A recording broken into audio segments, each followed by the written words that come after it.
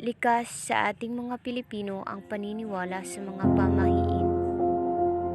Kaya, maging ang mga pamahiin nakakatawa sa iba ay hindi namin binabaliwala. Sa halip ay binibigyan pa natin ito ng halaga.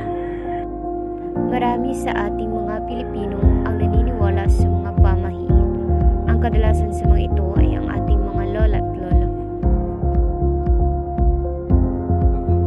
At narito ang ilan sa mga pamahiin hanggang sa ngayon ay patuloy pa rin na pinaniniwalaan ng mga Pilipino.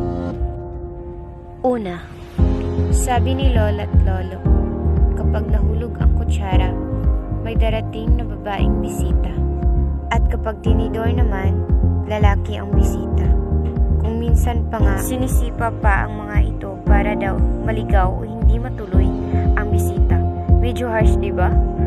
Pangalawa, sabi ni lolo at lola, bawal daw kumanta habang nagluluto dahil baka hindi makapag-asawa. Hindi natin alam kung ano ang science behind this.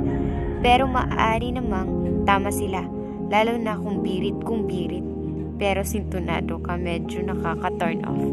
Pangatlo, huwag tumuloy sa lakad kapag may nakasalubong na itim na pusa. Baka maaksidente ka.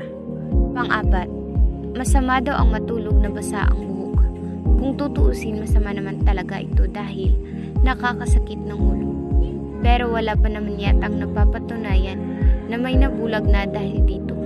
Minsan talaga hindi mo alam kung maniniwala ka o ginugood time ka lang